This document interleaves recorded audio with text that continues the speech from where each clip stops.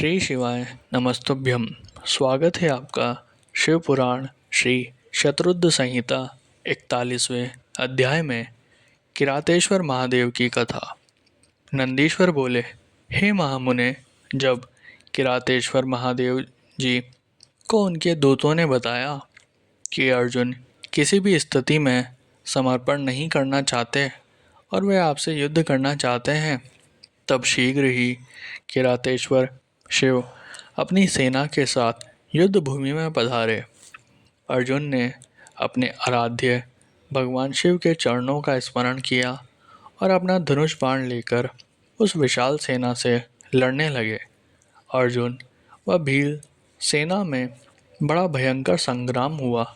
दोनों ओर से बाणों की वर्षा होने लगी। अर्जुन, जो कि महान धनुर्धारी कहे जाते हैं, ने अपने बाणों से सारी गण सेना को पल भर में ही परेशान कर दिया। फिर क्या था, कुछ ही देर में सभी शिवगण अपने प्राणों की रक्षा हेतु युद्ध भूमि से इधर उधर हो गए, परंतु अर्जुन के बाण न रुके। जब भीलराज किरात की सारी सेना भाग खड़ी हुई, तब अर्जुन ने किरात वेशधारी शिवजी से युद्ध करना आरंभ कर दिया। अर्जुन ने अपने तीव्र बाणों से महादेव जी पर हमला कर दिया, परंतु वे भक्त वत्सल शिवजी का कुछ न बिगाड़ सके। उनका एक भी बाण शिवजी तक नहीं पहुंचा था। यह सब देखकर देवादिदेव भगवान शिव हंस रहे थे। जब अर्जुन ने देखा कि वह किसी भी प्रकार से उस किरात को अपने वश में नहीं कर पा रहे हैं, तो उन्होंने भगवान शिव की स्तुति की। इसके प्रभाव से तुरंत ही त्रिलोकीनाथ भक्तवत्सल कल्याणकारी शिवजी ने अपने अद्भुत स्वरूप के साक्षात दर्शन अर्जुन को कराए। भगवान शिव का परम मनोहारी सुंदर स्वरूप देखकर अर्जुन धन्य हो गए और प्रसन्न होकर पल भर उन्हें देखते ही रह गए। तब यह जानकर कि वह किरात कोई और नहीं अपितु स्वयं शिवजी ही हैं, उन्हें अपने युद्ध करने का और उनका अपमान करने के कारण बहुत लज्जा महसूस हुई। वे अपने आराध्य के चरणों में गिर पड़े। शिवजी ने उन्हें उठाया और बोले कि अर्जुन, दुखी मत हो।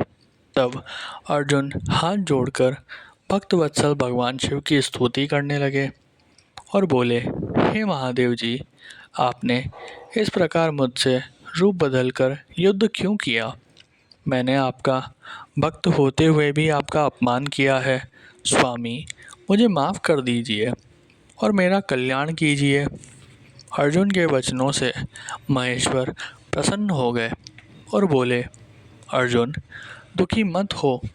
मेरे द्वारा प्रेरित होने पर ही तुमने युद्ध किया था, इसलिए यह तुम्हारा अपराध नहीं, धर्म था। मैं तुम पर प्रसन्न हूँ। कहो पुत्र, किस कारण से तुम इतनी घोर तपस्या और साधना कर रहे थे? मैं तुम्हारी इच्छा पूर्ण करने का वचन देता हूँ। शिवजी के ऐसे वचन सुनकर अर्जुन ने शिवजी की स्तुति आरंभ कर दी।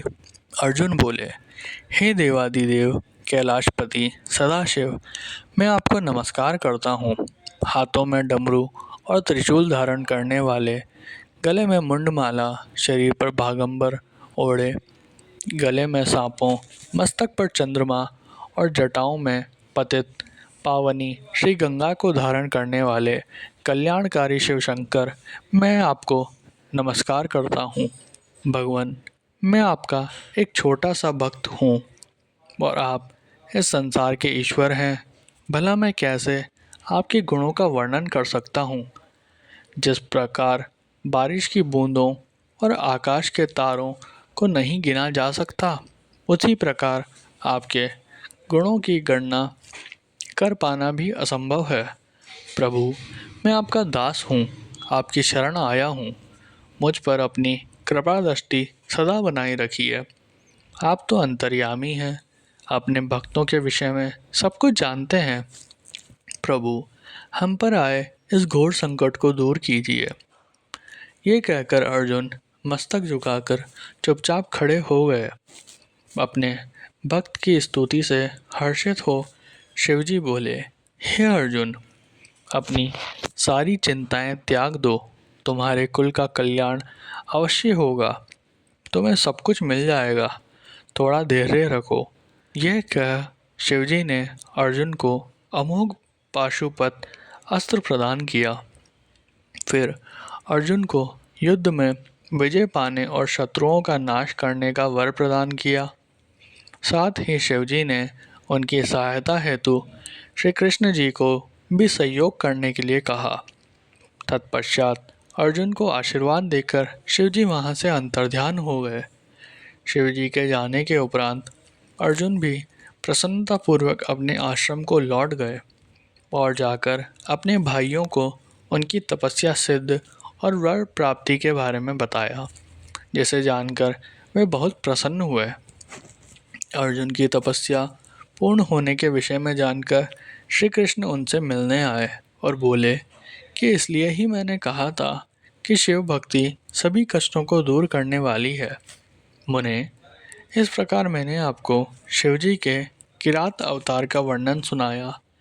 ये सब कामनाओं को पूर्ण करने वाला है।